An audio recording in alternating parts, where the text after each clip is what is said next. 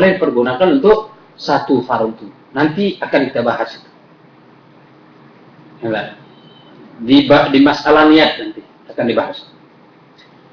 Jadi penyebab tayamum itu pada hakikatnya cuma satu, yaitu faqdul ma, tidak adanya air.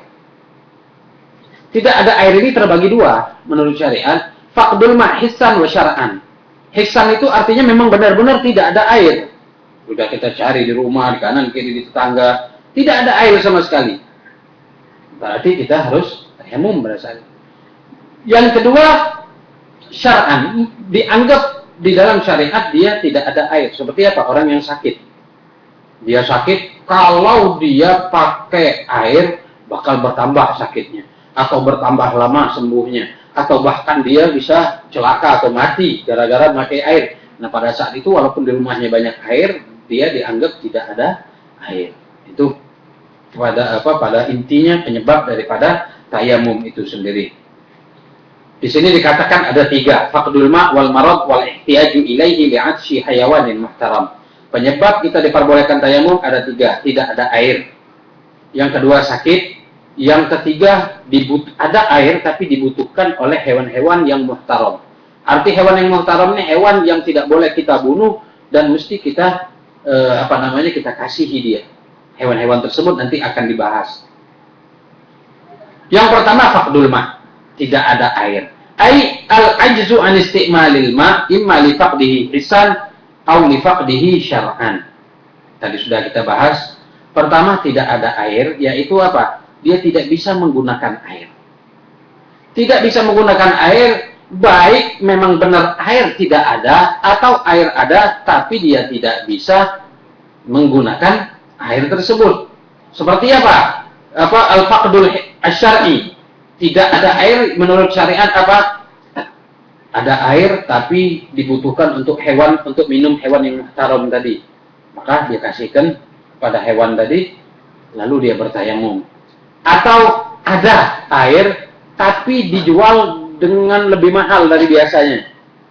Nah, atau ada air tapi ketika dia mau mencapai ke air itu ada penghalang seperti hewan buas atau orang yang nagih hutang. Kalau anak sana ketemu yang anak hutang sama dia, ditagih hutang anak belum ada fulus. Nah, pada saat itu enggak apa-apa, tidak mengambil air tadi. Nah. Yang keempat, awajadahu walakin khafal marad min istimali, atau ada air tapi takut sakit dalam menggunakan air tersebut. Nah, maka pada saat itu berarti tidak ada air. Yang kedua, al-marad. Wa ahkamu tayammum halal maradi thalatha. Hukum tayamum dalam keadaan kita sakit itu ada tiga. Yang pertama, wajibun, wajib hukumnya. Idza kana yakhaful halaka min isti'malil ma. Kalau kita takut celaka dari menggunakan air itu, berarti wajib kita bertayamum. Yang kedua, mubah. Idza kana yakhafu mahdhurat tayammum. Mahdhurat tayammum wa huwa ziyadatul marad aw budhu syifa aw hudutsu syai'in fahish fi udwin zahir aw faqdu manfaati udwin. Hukum yang kedua adalah mubah. Arti mubah, boleh kita bertayamum, boleh kita berwudu, silakan pilih. Yaitu apa? Kalau kita takut terjadinya sesuatu yang disebut di dalam fikih mahdzurat tayammum, yaitu sakitnya akan bertambah atau lama sembuhnya, atau terjadinya sesuatu yang seperti bekas atau apa di dalam di anggota yang sakit tadi, atau kehilangan manfaat daripada anggotanya. Maka pada saat itu mubah, boleh dia tayamum, boleh dia wudu. Yang ketiga, haram. Idza kana al-maradu khafifan la yadurru isti'malul ma. Kalau sakitnya cuman ringan, kalau dia pakai air tidak apa-apa, cuman enyek-enyek kalau dalam bahasa kita ini. Minta alam. Aduh sakit. Padahal kalau dia pakai air untuk wudu tidak apa-apa. Tapi dia bertayamum, nah itu hukumnya haram. Tidak boleh dia bertayamum dan tidak sah tayamumnya. Ya. Kemudian ada masalah, idza kana fihi marad walakin syakka hal yadurrul ma' am la. Kalau kita ada sakit, lalu ragu, boleh enggak kita menggunakan air? Nah, pada saat itu boleh enggak dia tayamum? Menurut Ibn Hajar boleh. yajuzu lahu tayammum. Kalau menurut Imam Romli, la yajuzu lahu tayammum, tidak boleh bertayamum, kata Imam Ar-Romli. Jadi terserah kita mau Ibn Hajar, mau Imam Romli, terserah. Tergantung kita. Ini anak ini sakit, ragu anak. Cakup apa tidak nanti? Menurut Ibn Hajar, tidak apa-apa bertayamum. Kalau Imam Romli, tidak boleh bertayamum. Fala budda indahu min ikhbari tabibin 3. Tapi makanya harus diberi kabar dokter yang 3. Dokter yang ahli, dokter yang hebat. Dokter mengatakan misalnya, ente kalau kena air, tidak boleh. Ente kalau penyakit ente ini kalau kena air, misalnya ente bakal celaka. Pada saat itu baru kita tidak boleh menggunakan air, bertayamum tidak apa-apa. Gitu. Yang ketiga, sebab-sebab tayamum adalah al-ihtiyaju ilaihi li'atshi hayawanin muhtaram. Kita ada air, tapi airnya dibutuhkan hewan-hewan yang muhtaram. Untuk tahu apa itu hewan muhtaram, artinya yang tidak boleh dibunuh, maksudnya hewan muhtaram itu. Nah, untuk tahu apa saja hewan muhtaram, kita harus tahu hewan yang tidak muhtaram dulu. Hewan yang boleh dibunuh itu siapa? Harus tahu itu kita. Siapa itu? Yang pertama, tarikus sholat. Orang yang meninggalkan sholat. Dibunuh boleh. Baik meninggalkannya malas ataupun tidak percaya wajibnya sholat. Misal kita ada air 1 gelas ini. Kalau hukumnya, kita harus gunakan air ini dulu, baru yang kurangnya misalnya kita tayamum baru. Tapi wajib digunakan dulu airnya. Ketika kita akan wudhu, tiba-tiba ada orang yang tarikus sholat, meninggalkan sholat ini. Apakah air ini kita kasihkan dengan dia? Kita berikan sama dia? Tidak boleh, haram hukumnya. Berarti harus kita gunakan untuk wudhu. Biarkan dia mati. Orang yang meninggalkan sholat ini, biarkan dia mati. Tuh, sangkingnya hukum Islam.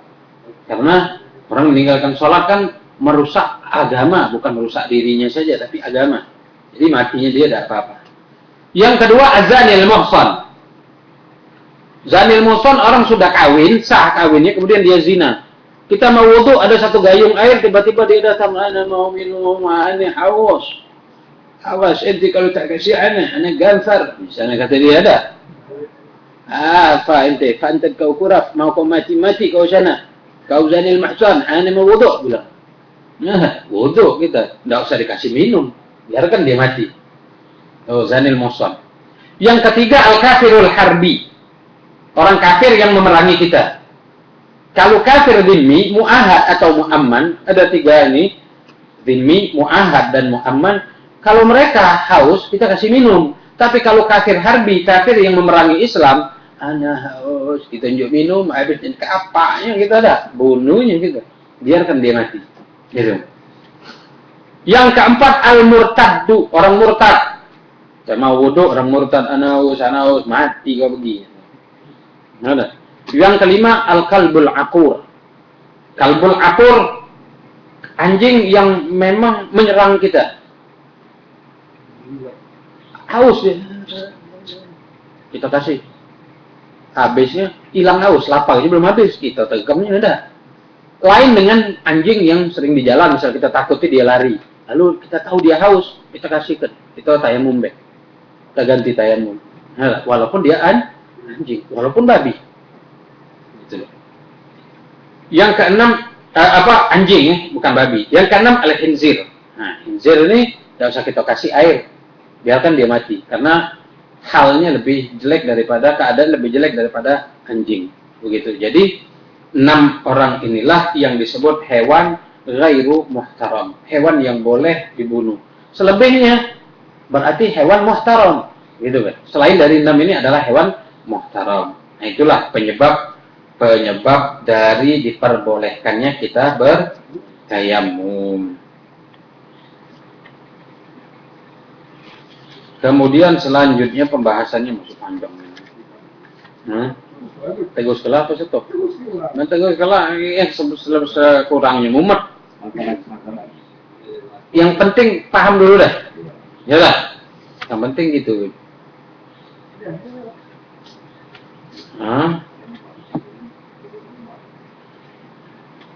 Sudah? Hmm. Hmm. Kalau airnya sedikit, kalau misalnya kayak di pesawat atau di kereta api, boleh nggak? Air yang sedikit. Ya kalau kita yakin ada air, kita pergunakan dulu air tersebut. Tapi susah kan di pesawat kalau airnya tuh cuma merah atau misalnya. Nah itulah tadi yang Nabi bilang, itu adalah darurat. Nah ketika di pesawat itu kita bertayamumnya bertaklid dengan Imam Hanafi. Ya, bertaklid dengan Imam Hanafi. Kalau di kereta banyak debu. Hah? Kalau di kereta banyak debu. Susah harinya walau banyak debu lah, taklid aja Imam Hanafi, tepak bangku depan habis itu dah. Jangan penepak orang yang duduk di depan. Nepak duduk di depan kamu kan. Nepaknya itu ada syarat. Nah, nanti kita akan ini kan, yang penting nepaknya begini. Jadi Anda gambarkan dulu bagaimana tayamum itu, misalnya ini tanah yang berdebu. Ini tanah yang berdebu nih misalnya. Anda pakai cincin.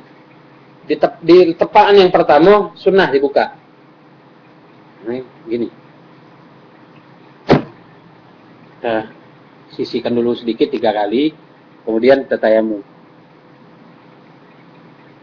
Seperti wudhu sekali baik untuk muka sekali. Kemudian bersihkan dulu. Jauhkan jangan sini, karena debu yang di sini kalau dia jatuh ke tempat yang kita menepak itu tadi, maka hukumnya jadi mustakmal. Ya, sudah selesai. Sekarang yang kedua tempatnya. Kita tepak. Kita bersihkan lagi sedikit untuk tangan. Nah, yang kedua ini wajib dilepas, cincinnya. Kalau yang pertama sunnah. Kenapa yang kedua wajib dilepas? Karena tidak akan sempurna kena di tangan. Tidak menyeluruh dia. Pasti ada yang tidak kena kan dari tanah itu tadi, tanah yang berdebu. Maka dibuka, kita tepak gini. Sampai sini dijepit. Sekali, udah selesai tayamum. Tidak apa-apa, sunnah hukumnya. Tapi lebih baik dilepas kan dapat sunnah. Betul. Ya, nah, gampang sebenarnya tayamum karena kita tidak pernah mempraktekkannya. Sebab tidak pernah praktek aku. Itu kalau sakit udah tidak sholat. Ada? Harus untuk Iya. Apa namanya sakit? Biji.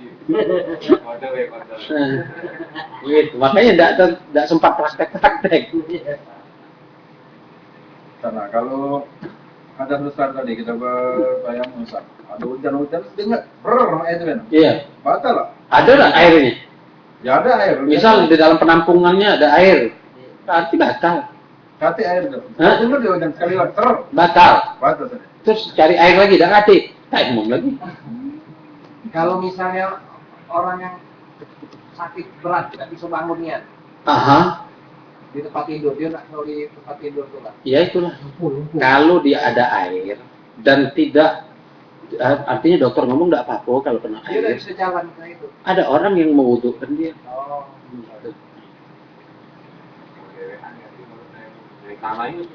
Hah? Ya bantal tuh lah tepak. Bantal tepak, jangan benepak susternya.